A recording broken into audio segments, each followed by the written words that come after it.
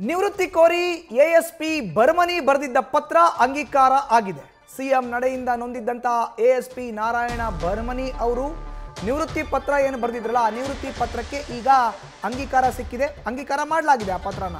Okay ಆಯಿತು, ಸ್ವಯಂ ನಿವೃತ್ತಿಗೋಸ್ಕರ ನೀವು ಬರ್ದಿರಿ, ನಾವು ಅದನ್ನು ಅಕ್ಸೆಪ್ಟ್ ಮಾಡ್ತೀನಿ ಅಂತ ಸಿಎಂ ನಡೆಯಿಂದ ನೊಂದಿದ್ರು ಎಎಸ್ಪಿ ನಾರಾಯಣ ಬರ್ಮನಿ.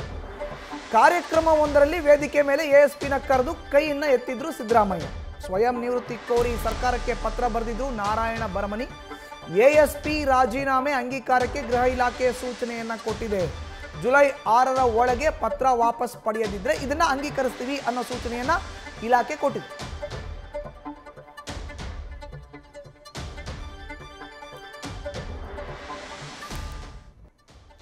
ಇನ್ನು ಬೆಳಗಾವಿಯಲ್ಲಿ ನಡೆದಂತ ಕಾರ್ಯಕ್ರಮದ ವೇದಿಕೆಯಲ್ಲಿ ಧಾರವಾಡದ ಎಎಸ್ಪಿ ಆಗಿದ್ದಂಥ ನಾರಾಯಣ ಬರ್ಮನಿ ಅವ್ರನ್ನ ಯಾರಯ್ಯ ಇಲ್ಲಿ ಪೊಲೀಸ್ ಅಧಿಕಾರಿ ಬರಯ್ಯ ಇಲ್ಲಿ ಮೇಲ್ಗಡೆ ಅಂತ ಕರೆದು ಸಿಎಂ ಏನು ಕೈಯನ್ನ ಎತ್ತಿದ್ರು. ಆ ಒಂದು ಪ್ರಕರಣದಿಂದ ಮರಣಹೊಂದಿದ್ದಂಥ ನಾರಾಯಣ ಬರ್ಮನಿ ಅವರು ನೇರವಾಗಿ ಈಗ ತಮ್ಮ ಸ್ಥಾನಕ್ಕೆ ರಾಜೀನಾಮೆಯನ್ನು ಸ್ವಯಂ ನಿವೃತ್ತಿಯನ್ನು ಕೋರಿ ಪತ್ರವನ್ನು ಬರೆದಿದ್ರು. ಈಗ ಆ ಪತ್ರ ಅಂಗೀಕಾರ ಆಗಿದೆ. ಜುಲೈ 6ನೇ ತಾರೀಕು ತನಕ ಟೈಮ್ ನಿಮಗೆ.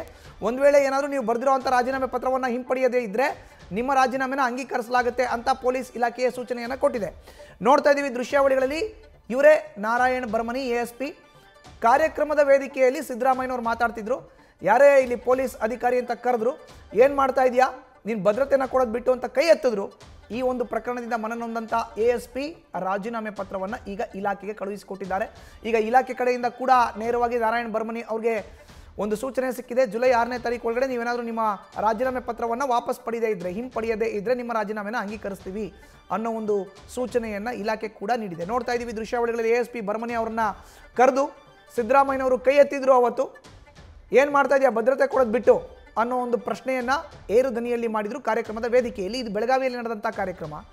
ಇದರಿಂದ ಈ ಪ್ರಕರಣದಿಂದ ಮನನೊಂದು ಈಗ ನಾರಾಯಣ ಬರ್ಮನಿ ಅವರು ತಮ್ಮ ಎಎಸ್ಪಿ ಹುದ್ದೆಗೆ ರಾಜೀನಾಮೆಯ ಪತ್ರವನ್ನು ಕಳುಹಿಸಿಕೊಟ್ಟಿದ್ದಾರೆ.